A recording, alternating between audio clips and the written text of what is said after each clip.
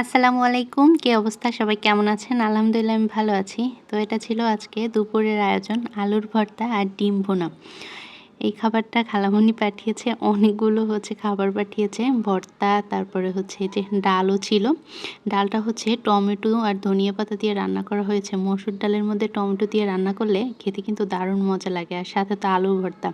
ভর্তার সাথে ডাল মানে পাতলা করে ডাল অসাধারণ লাগে খেতে। তো আলুর ভর্তাটা শুকনো মরিচ দিয়ে করেছে। আর এই যে ডিম ভুনাটার যে পেঁয়াজ কুচি করে যে রান্না করেছে, ডিম ভুনার এই ঝোলটা মাখা, মাখা আমার কাছে খেতে দারুণ মজা লাগছিল। আর ডিম তো আমার অনেক পছন্দের খাবার। যারা আমার রেগুলার ভিডিওগুলো দেখেন তারা জানেন আমি বেশিরভাগ সময়ই ডিমের কথা বলি, কারণ ডিম আমার অনেক পছন্দের একটা খাবার। আলহামদুলিল্লাহ বেশিরভাগ খাবারই আমার পছন্দ। এখন সবাই বলবে যে ভাই খাবার খেতে বসে তো বলেন সব খাবারই আমি পছন্দ। আমি খেতে পছন্দ করি, তাই আমার মোটামুটি সব খাবারই ভালো লাগে। তার মধ্যে কিছু, কিছু খাবার থাকে স্পেশাল বেশি মজা লাগে। তো এই ডালটা একটু পাতলা করে ধনিয়া পাতা টমেটো দিয়ে রান্না করেছিল। খালামণি পাঠিয়েছিল এই খাবারটা, দারুণ মজা লাগছিল খেতে। আর পাতলা ডালের সাথে আলুর ভর্তাটা মাখিয়ে খাচ্ছিলাম। আলহামদুলিল্লাহ খুবই মজা ছিল।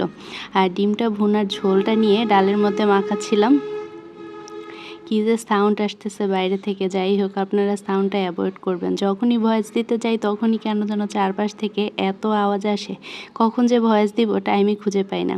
সকালে দিলেও একই অবস্থা, বিকালে দিলে, আর আমি চেষ্টা করি আশমিরা যখন ঘুমায় তখনই ভয়েসটা দেওয়ার জন্য। ডালের মধ্যে আলুর ভর্তা আর এই যে ডিমের যে মশলাটা এটা মাখিয়ে নিয়েছিলাম, কী যে মজা লাগছিল খেতে, আলহামদুলিল্লাহ।